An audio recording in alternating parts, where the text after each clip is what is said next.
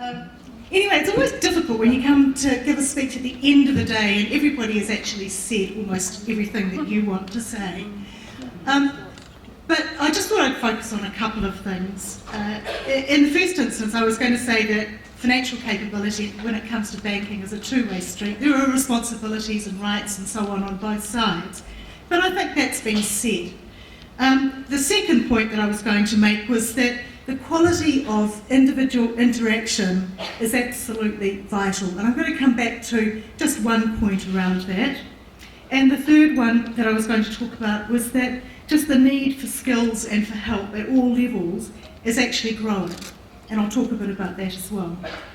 But firstly, I hope that most of you understand the Banking Ombudsman Scheme's role. If you don't, I've done a really lousy job over the last 6 years. But in the same way that Susan was talking, we're here to resolve complaints between, in our case, banks and their customers. But what I've been really passionate about is saying we've got to do that really well, but we've actually got to pass on the learning so that we can prevent disputes arising in the first place and we can actually improve the banking service and the banking experience for customers. So that's what we've put quite a lot of effort into that, put a lot of effort into telling our stories and to developing guides based on the cases that we resolve. I should add that we can't always resolve the cases. Sometimes all we can do is give people an explanation, and I'll come back to that a little bit later too. What I wanted to talk about was the curse of assumptions. Now, bear in mind that we don't actually get many complaints from people who don't have some money. Generally speaking, people who complain to a banking ombudsman scheme are likely to have had some money in the first place. A recent case involved an elderly couple who had saved a couple of $1 million. They complained to their bank about the performance of the fund that the bank invested it into and said, in essence, that the bank had put them into funds that were much higher risk than they had asked for. The funds did contain some perpetual bonds and some other instruments that were higher risk, but they had been included as part of a portfolio. Now, the bank was not prepared to accept that somebody with $2 million or so to invest was likely to have been misled by what was going on. And it just occurred to me that just because you've actually saved up money doesn't mean you can't assume that that person knows how to manage your money. And I think Elaine made that point quite nicely this morning. So I'm repeating your point, Elaine, but I'm just demonstrating that those are the kinds of things that we see. We also see a lot of mismatched expectations.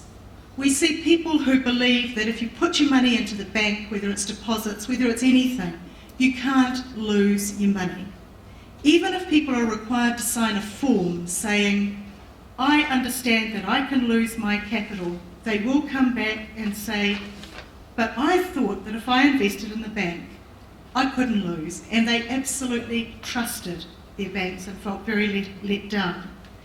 Other assumptions are that banks will manage your money for you, that you don't have a responsibility to check the kind of account that your money is in, whether you could be in a different account that would earn you more money or have less fees.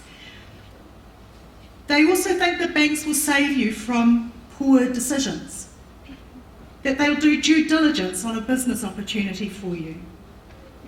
They'll tell you if you're not going to be able to afford something. Well, by and large, the banks will do credit checks. They won't do due diligence on a business. They will expect you to have done that. They will certainly expect you to be honest in terms of the information they're being provided with. We also find that customers sometimes believe that banks are charities and they'll bail you out if you get into trouble. So it's this thing about making sure that customers understand that despite the advertising, banks are businesses, and if you don't repay, you're going to end up in debt control, in credit control, or in bankruptcy, or mortgagee sale, or whatever. It's a tough world. So I guess it's that whole thing about assumptions, and for me, what really resonated is the power of questions, and making sure that both the bankers ask the right questions and customers ask the right questions. But as has been said several times, you've got to know what questions to ask. We put out guides, and very often when we put out media statements, we'll actually put information about that kind of thing, what you should be looking for, so that you know what questions you should be asking. And we can do a lot more of that. But just the second last point that I wanted to make is that when I took on the role, I guess I was flabbergasted by just how much there is to learn. Even in this last month, I've come across so many new issues. And the industry is changing so fast. It's increasingly digital, it's increasingly mobile, it's increasingly do-it-yourself, and it's leaving some people behind. So there are definitely haves and have-nots. I have particular concern about people who are more vulnerable than others, particularly people with dementia. How the hell do you remember all these different PIN numbers? You know that you're supposed to keep your cards and your PIN numbers safe, but how do you remember them? If you write them down, you're at risk. If they get stolen, if you write them on the card, you're certainly at risk. So people with diminished capacity, how are the banks and other financial service providers going to deal with these people? Because they are also extremely vulnerable to fraud. The research shows that elderly people are targeted up to 2 to 3 times more than other groups. And it doesn't take much for a fraudster to cold call and for an elderly, vulnerable person to put their PIN numbers into to divulge PIN numbers, or in fact to pay by credit card when they don't even need whatever it is and don't really understand whatever it is they're being sold.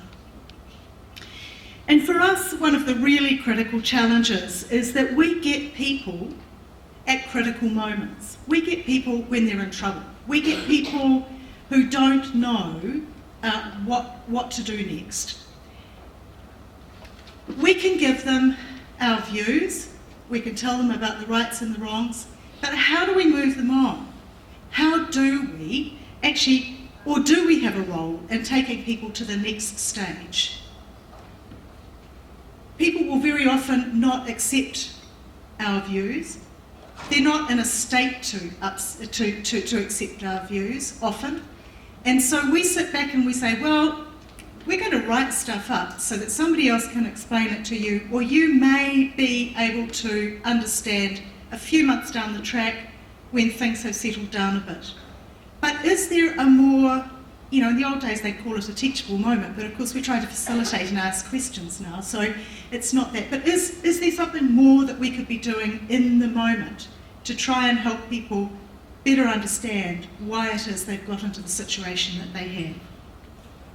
So I think there's some nice opportunities for academics out there to come in and really do some follow-up research to think about whether there's things that we could be doing differently. For the Council, Commission, thank you very much for all the work that you've been doing. I think keep going.